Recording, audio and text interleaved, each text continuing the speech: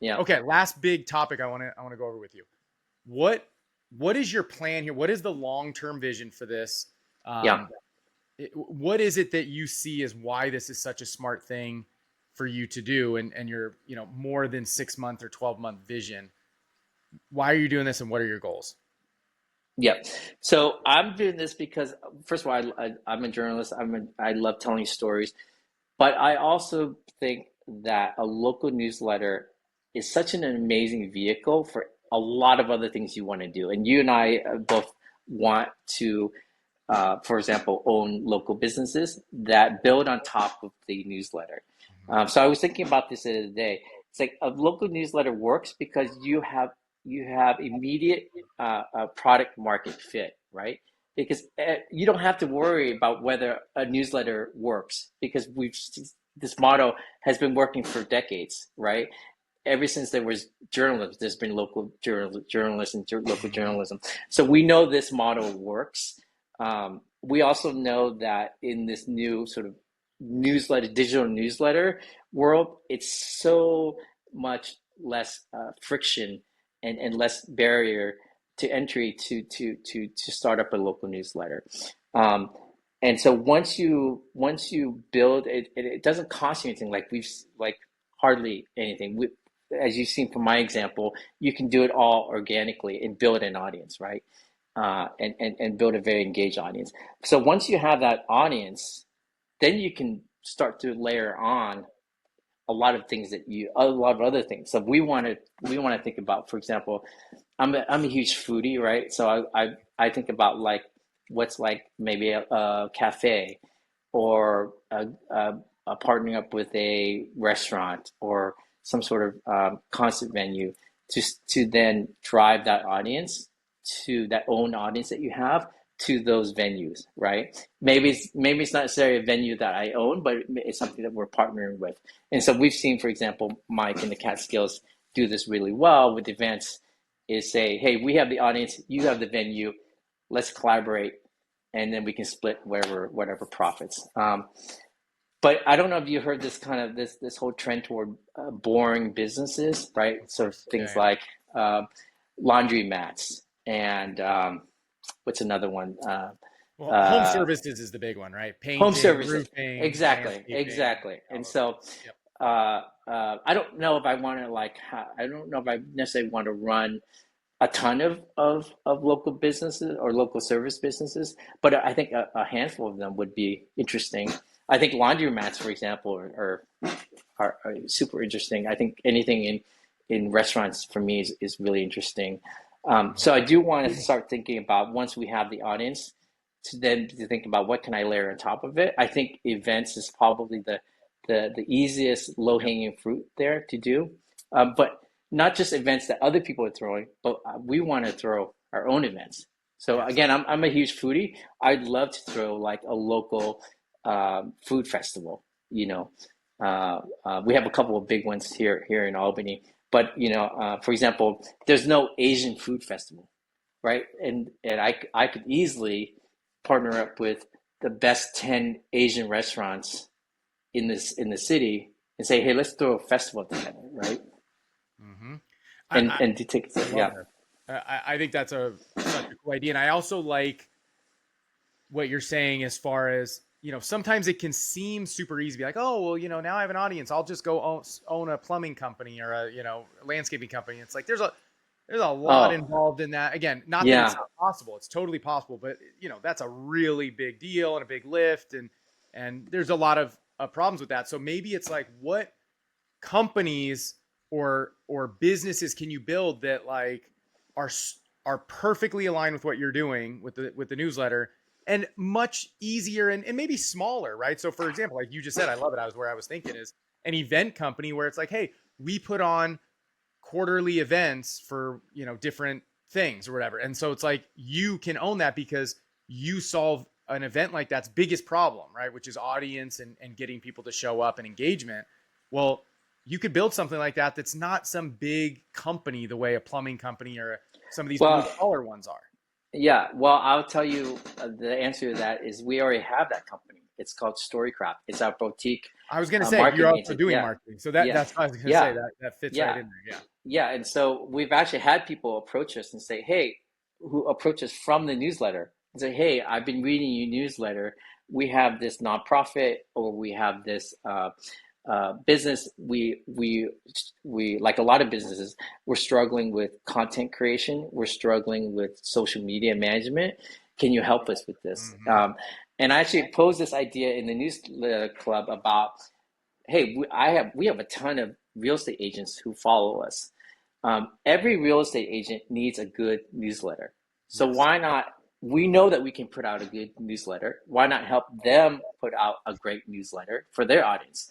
And in some ways, we could even repurpose for example, the event roundup, right? So Mm-hmm. events are a commodity, right? The listings are a commodity. Everyone has access to the events, the event listings, and so I can package this up and then add, maybe sprinkle in some of their content, like their home listings, Mm-hmm. a little bit about their what's happening with them, and then package that up easily into a newsletter for their clients, right?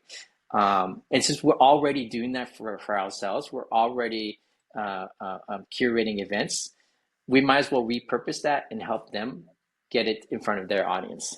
So this could be a whole other episode. I literally built a landing page specifically for that purpose. I actually own Yeah. realtornewsletters.com because I think what you're saying makes so much sense in theory. In almost every way, it makes perfect sense. I do think there's one problem with the idea. I think we may have talked about it before, but it's just that most real estate agents just don't have money and don't want to spend money. So That's right. that's the downside. But assume you could solve that, because some do. You just have to find the top, 5% of agents and ignore the 95%. Right. But then the other problem, of course, is you'd want to have like exclusivity per area, right? You don't want to probably. I mean, you probably could get away with it, but it might make sense to have exclusivity, which you can charge more for in theory, right? But yeah, I actually think what you're saying makes so much sense. Not even just for realtors. I think Oh, absolutely. every business Yes. should have a newsletter for their customers. Dentists, plumbers, All of them. yes. All of them. Yeah, we do have a landing page that's specifically for real estate agents, talking about how we can help them with their newsletter. But what I'm finding, and I think you might have found too, is that it still takes a ton of outbound. Yeah, you still have to. We've maybe spoken to, I don't know, 50 or 60, or reached out to 50 or 60 real estate agents, and maybe like two of them have gotten back to us, right? Again, and maybe because they don't have the money, they don't have the time, they don't know we're not communicating the value well enough. But again, it's a numbers game. So so I'm telling this to everybody who's don't think just because you create that audience, you have a newsletter, that suddenly you're going to be flooded with advertising opportunities, right? Or advertisers just knocking at your door. You really have to put in the effort to go out and do that. And so I'm in the city. I'm in, actually, my wife, who's my co-publisher, I told her that I want to be the unofficial mayor of Albany. That's sort of like my goal, is that I want to be really well It's the known. I best want way to to be do it. out about. I Best want to way. get invited to all the best events. Mm-hmm. That's sort of, to me, is sort of the side perk of doing this thing. That's one of the biggest reasons for people to do this, because it's probably not your main reason, but it likely will happen. Again, we've all heard the story of Ryan in Annapolis, Right. how he gets recognized everywhere. He's like the known guy, but only in his Right. town, right? He leaves his town. Of course, he's a nobody, right? Right. Which is kind of cool. But yeah, I think that every business having a newsletter is such a no-brainer. I've heard stories of people charging companies $500 a month to do their newsletter, and they literally just copy paste their content and throw it in Beehive and extend. Like, companies just don't understand this business at all. I actually think this is a huge opportunity, and especially with AI making things easier, right? Again, especially for companies, how you can do that. I think that, just a quick side note on what I think is such a big play here for company newsletters, is almost all company newsletters, if they exist, most companies don't even have them because they take too much effort, so they don't bother. The ones that do, they're just self-promotion. It's just like, look at me, Absolutely. look at me, look at me. And it's like, Yeah. who the hell wants to read that? So all you have to do is go in there at an angle and say, hey, look, I'm going to make this entertaining first, self promotion second. And then if you Absolutely. do that, then your customers will actually read it if it's entertaining, and then Hmm. you have your self promotion inside of it, right? And Yes. that I think is the big opportunity. Um, Yeah. and yeah, just as a quick update too, I'm trying to think. As far as getting the ads, I totally agree with you. You'll get some inbound. Most will be from companies who have no money. The ones that do, they'll forget to email you back. I've got a bunch outstanding who came to me, legit companies, and I respond. I'm like, let's go, let's talk, let's whatever, and then they just don't respond. It's like you asked me, and I said I'm ready. Yeah. But it takes going out in person. I think is just so key. So, and here's what happened to happen this morning: is I went to one of the big family fun centers, and they said, oh, we use this marketing company in town, right? So Hmm.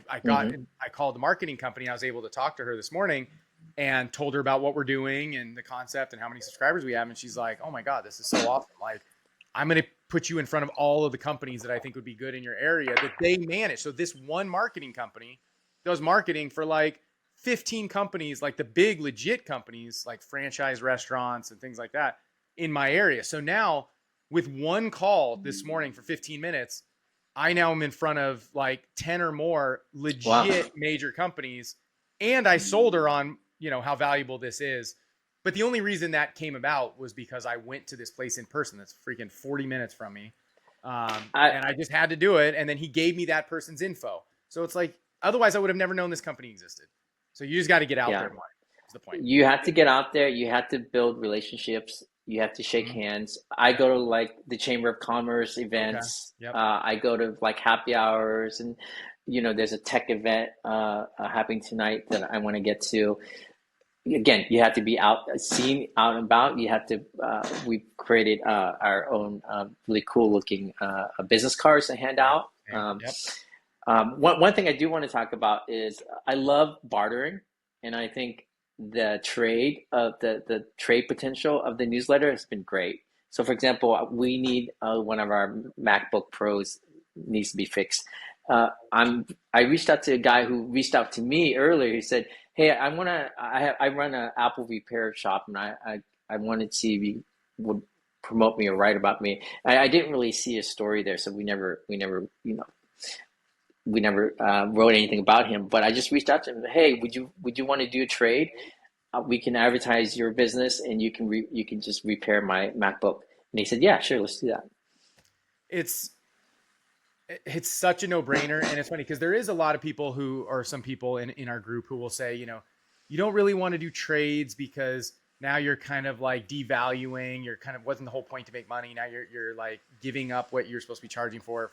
Again, there's no right or wrong answer here, but I am up for this trading idea in general because I think for me, and I think a lot of people watching this, everybody's new, should be thinking more about building the brand and getting the brand to be more significant in your community and essentially just put off the big bucks, right? It's like, yeah, could you Hmm. make 100, 200, 300K doing this? Maybe, but like the more you put it off and do things now to help build your brand, the easier and more money you'll make down the road. And so trading, depending on what you're trading for, in your case, totally reasonable is like just a personal thing, like, hey, just help me. But then there may be other ways you can trade if a company is like, hey, I don't want to give you money for advertising, but what else can I give you? Can I give you gift cards? Can I give you, whatever? And maybe you can somehow figure out ways to make that benefit the brand, even though you're not getting any dollars. And so this is something I'm thinking a lot about right now. Yeah, so I'll give you a perfect example of this. We are the media sponsor for what's called First Friday Albany, which is Mhm. every first Friday of the month. Uh, a lot of the businesses around downtown Albany throw events, and it's called First Friday. The idea is to draw people from around the region Mhm. to come into Albany, spend money, and patronize the businesses. So we went to them and we said, hey, can we be the media sponsor? We'll promote the First Friday every single month. We'll put it in the newsletter. We'll write about it every single month. But that was an exchange. That was a trade because we didn't have any money we didn't have any sponsorship money for them, and they didn't have any money to give us. But what we get is people talk about the First Friday listings is hosted on the Beehive page for us, right? Our news, our the 518.com page. And so people come to our website, they to get the listings for that event, for the First Friday event, they have to come to us. And so we get that exposure. So that's a perfect example where Yeah. there's no money exchange, but everyone's winning because Mm-hmm. I'm trading audience and they're trading, they're bringing their people to me, and then those people are going to turn into subscribers. Dude, that's 100% perfect example. I mean, I actually need to start thinking about that myself. For example, I don't know if his episode's up yet, but I had Jazz on recently from Winnipeg, Mm-hmm. and he is doing the some sort of partnership with guys putting on farmers markets, right? Because Right. he's got the big audience for the farmers market, and so again, coming back to what we said about eventually he's partnered with them, but I don't see why in a year he couldn't just do his own events, like right. Absolutely. But also the point being of the building the brand when people go to this farmers market, even if it's not yours or you're not a partner, when they see your brand, the more people see your brand around town in legitimate places, Right. the better value you're building for the whole brand, right? And so a First Friday event with your logo everywhere, that's huge. Yeah. That Totally. legitimacy is what that is. It's giving legitimacy. Yeah. No, we want to do more of that. One other thing I should mention is that we run an Airbnb outside in our home, and Oh, we in your home. will. Okay. We want to. We've talked about the Airbnb. We actually did a whole story around our Airbnb, kind of sort of behind the scenes of we called it Confessions of an Airbnb Host, which is kind of Nice. fun. Yeah. And again, so that's where like I can use the newsletter to talk about something that as we get bigger audience, just helps us out and get some more customers for us. But it's done again. It's done from a editorial first standpoint. So we Mm-hmm. wouldn't do that unless the story was really interesting, Mm. and the idea of going behind the scenes of an Airbnb, I think is interesting. It definitely is. Although I will say, so my partner on one of the other newsletters that I'm running, we're running together, not where I live. He actually just brought this idea to me that I think is super smart. We're going to probably integrate this, and it's not exactly what you're saying, but it just reminded me because it's similar. Is Yeah. if what we're doing is these local newsletters is trying to be the more fun version in terms of like we're only giving you what you care about, not crime, not the things you don't care about. News you One can of the use. news you can use, things you can use, any information you can use. Yep. One of the things people care about is where can they go on vacation? What fun things are there to do around that where they could go spend the night, right? So staycations or whatever drivable vacations. And speaking of Airbnb, because I'm in Austin area, and so there's really unique Airbnbs, those crazy ones you see on Oh yeah. HGTV or whatever. People it's the same thing as showing off. We also do this, we have $20 million homes here in the, by the lake and whatever. People click on those all the time, right? They love to see that. And I think the same thing will happen with these unique like bubble Airbnbs and those weird things. And so we can have a fun staycation section of like what are cool little mini trips, mini vacations that you can take that are within driving distance. And number one, that's engaging content, right? Seeing all this stuff. And then number two, it's providing them value. Like, yeah, you actually could go stay here. That's really cool. And number three is if, once we're at the right size and we have, the proof, we can monetize that, right? And go to those Mhm. Airbnb and get affiliate revenue or in your case, market your own Airbnb. So again, that was just another idea that had never occurred to me. And he brought it up. He's like, why don't we do that? And I was like, that's awesome. That's a great So idea. yeah, I think it's We really good. on Mondays we run a house of the week, and we've done Yeah, that we do that. since the beginning. And it's Yep. actually one of our most popular, most clicked on things we do all week. Um, but I wanted to say that I think you want to create those regular features that brings people back time Yep. and time again, but also things that then can become very sponsible, right? Or how do Mm-hmm. you know things Sponsorable. that Yeah, yeah. features, yeah, that the advertisers would love to, you can totally see a real estate agent or a brokerage house or a mortgage company sponsoring that section, that house of the week every week. So what can you do that is a regular feature that brings people back but also attracts sponsors? I love that. You're totally right. Thinking of sponsoring a section. Here's another example. I went to a little event that companies had booths, and it just so happened the type of company with the most booths. There were 4 companies. There's only like 30 booths. 4 of them were pet boarding facilities. Like those companies are, they're growing like crazy. They're super excited to get out there. And I went up and talked to all of them about, marketing, and all of them were like super interested immediately. Right. But the value is, okay, can we create, because I think Mike is the one who maybe first got this going in my head, is essentially a pet section. And so I have a call next week with a guy with like the ASPCA or something where they do the pet adoption. So it's like, could you have a pet of the week section for a pet that somebody could adopt? People like to see cute animals. You're doing good for animals, all this. And then one of these boarding companies could sponsor that section. I mean, this stuff just writes itself. Yeah. Right? No, people are obsessed with their pets. Yes. My wife is obsessed with her cats. Yes. People spend tons of money on pets. Is one of those areas that's a no-brainer. It is. It totally is. And so I again, another newsletter that I need to start. We just went to 2 times a week this week, and we're still filling our twice a week. They're still full. So Yeah. we probably got to go to 3 soon, so we can get in this vacation stuff and the dog stuff, and there's probably more ideas in our Notion that we need to integrate. I think 3 times a week is a great cadence. We're at 2. Yeah. We actually started at 3 and then became too much. We downgraded to 2. Okay. But I would like to bring it back up to 3 because I think 3 is like a really nice number.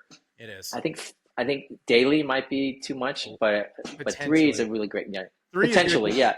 Yeah. Well, it depends on where you are, but 3 is probably ideal because assuming you do Monday, Wednesday, Friday, although Friday may not be the best day. I think people do Fridays, but if you do Monday, Wednesday, Friday, they're never getting one 2 days in a row, right? Yeah. So there's that space in between to where it doesn't feel as overwhelming as every day. But now you have 3 XA slots, like Shane, who I just had on. I think his episode went live today. He's in a town of 50,000, and he does 3 a week, and he's sold out of his ads practically, completely sold out. And so when it comes to making money, more days is better. That's just obvious. More days means more money when you're selling ads. So Right, but I think you can also think about sort of more niche place. So real estate, for example, we could totally see, like, based on how well House of the Week does, you can totally see a real estate focused newsletter just on that, right? So so you can break out kind of niche areas and maybe do, like, maybe we don't cover sports at all, but maybe there is a sports related newsletter for the capital region that we can do. There's a real estate kind of a newsletter we can do. I mean, I think the possibilities are sort of endless. But I love that. You totally could, but that's where I think the brand is so important, that you have this umbrella brand, and that's where, like, Instagram and maybe local podcast and a full website and different newsletters and everything lives under one brand. That's why your name, while maybe not ideal, because sometimes it feels like maybe it needs to be 518 blank, 518 scoop or 518, whatever. It's still good because it's a good general brand name that you can have a bunch of things underneath it, right? 518 events, 518 sports, 518 eats. Yeah. Yeah. One of the key audiences for everyone, but in our area is moms. And so there are dedicated social accounts that it's all about, like, what you can do with your kids and all mom content. We do a lot with family related events, but it's not everything. Like, it's not like we only talk about family events, but I think that itself can be a whole chunk and a whole dedicated newsletter if you really wanted to do it. 100%. And I think the play here that I'm really thinking about a lot, there's a bunch of angles I think where this can all go, but one of them you just kind of hit on is, if you're building a brand, a legitimate brand that becomes known in your community, has trust, has, just being well known, and people see this as like the quality brand in town, why wouldn't a mom influencer want to attach herself to your brand versus her starting from zero as, oh, I'm this random mom in Albany, watch me, where she could be the mom blogger, the mom Instagram person for the 518. And where you are both benefiting significantly. She gets an audience automatically. She gets associated with quality and credibility, and you get, obviously depends on what you're paying them or whatever, but you get somebody creating content for you and your brand for free or dirt cheap. And so I think this is why I keep coming back to the local media brand is so key, because it opens up so many doors, different angles that you can take. And I think you, where you are in a big area, are primed to take advantage of that. So I hope you do. Yeah, I mean, I know that you've started a podcast. I think a podcast is a natural extension, both because from a journalistic point of view, I love interviewing. I interview people all day. I'm super comfortable with it. So I think a 518 podcast about all the cool things and the personalities that are happening. And I know Beehive just released a podcast feature, didn't they? Yep. Although it's kind of like reading the newsletter. I'm not sure it's how that probably works. more, that probably doesn't work long term. I mean, it's kind of nice for somebody to check it out, but I think, I don't know if you saw the episode. I'm trying to think who it was. I can't remember his name right now, but brought up this idea, because what I'm doing is a local podcast is just interviewing business owners or interesting people, and getting their story and just that kind of thing. But what if you did a show, like a morning show about what's happening in town? Essentially just having a little 10-15 minute show each week about what's happening in town, and the content that you're going to talk about is your newsletter. So it's like, Yes. hey, it's Easter week here in Albany. What are you guys up to this weekend? What events are you going to go to? Oh, what'd you think about I love it. that new I love restaurant that. that just opened? Oh, did you check it out yet? Oh no, I Yeah. didn't. Like, just a fun little show about what's happening in town, and you already have the content created. You literally already made the content. You're already thinking about it, because for the newsletter, you're thinking about events, you're thinking about what's happening. Do you see that as a once a week or a daily show? How do you? I mean, think about I would definitely say once a week to start, and it'd probably take a while Yeah. to get any sort of traction, and the bigger, yeah, I would definitely say once a week, and then because you don't want to overwhelm yourself. But I mean, in your case, again, my wife is kind of shy. She doesn't want to be on. This would be not her thing. But if yours is up for this, if you guys are more public and that type of, you just do it with your wife. Just like wake up on Monday mornings and just like sit around and chat about this. Plus, you're already in the same building, right? So like, just set up your camera on a tripod. You're already there. I think that's a killer opportunity. I remember the guy who told me about this. He had two partners, and I think they work in the same office or they're in the same industry. So it's like, oh, get your partners and just sit around and chat about what's happening. I think that's a really unique idea. I mean, this is what radio shows, when that used, I don't know if anybody still listens to radio. I haven't in 20 years, but I think people still do. But I know they did back in the day. It's like people just talking about what's going on in the area. As usual, it's like we're replacing, in the newsletter side, we're replacing newspapers. And then you could say for the show side, we're replacing those AM morning shows or even the FM morning shows. It's just take the old and spin it. Yeah. I mean, I think you've seen the rise of podcasting for a reason, because there's something very intimate about being in your ear, having someone's voice, a regular voice that you like, you trust, in your ear. And I think that there's something. I mean, I know that Albany doesn't have a dedicated podcast, right, about Albany or the region, and so perfect opportunity, sort of blue ocean there to take advantage of. Totally. There's I think that the key here is just to say the opportunities are endless with this, but you got to do the first step, or the first multiple steps of build this brand so that people know about it and care about it and see value in it. Once you have that, then you have all these angles you can go to, right? You can't focus on those at the start, right? You got to just build it as a newsletter, make it great, get a bunch of success, get in front of a lot of people, get great feedback, then start branching out into other things. Well, I think that's why I think this slow growth has really helped us. We're into a year now of two times a week. We know we can do it. We have a lot of fun doing it. And I know there's going to be people who come in and maybe do it for like a month or 2 months or 3 months and then quit because they don't have the energy for it. They don't have the stamina for it, right? It's a lot of work. But you got to really love it. You got to love the community. You got to provide value. And I think if you do that for the long term, people are going to respond to it. I think that's totally true. I'm betting everything on that being true. Right. So I think so. And we're really starting to see this turn. And again, these conversations that I've had, I was very late to talking to advertisers because I've been building the brand so much and doing a lot of shows and stuff like this. Finally been doing it in the last 2 weeks and getting very good feedback. Nothing's closed or anything yet, but getting extremely positive feedback with the little bit that I've done. And so I just know it's just going to be, the answer is just to get more. I just got to do more and spend more time on it, which is going to be difficult, but success will come if I put the effort in. I think that all that brand building you did is going to pay dividends. Yeah. I hope so. We'll see. Phat, this has been awesome. How can anybody get in touch with you, or if you want them to, where do you want to send people? So the 518.com, very easy to get to. That's where you can see our newsletter. But I'm also on Twitter at PhatXChiem, PhatXChiem.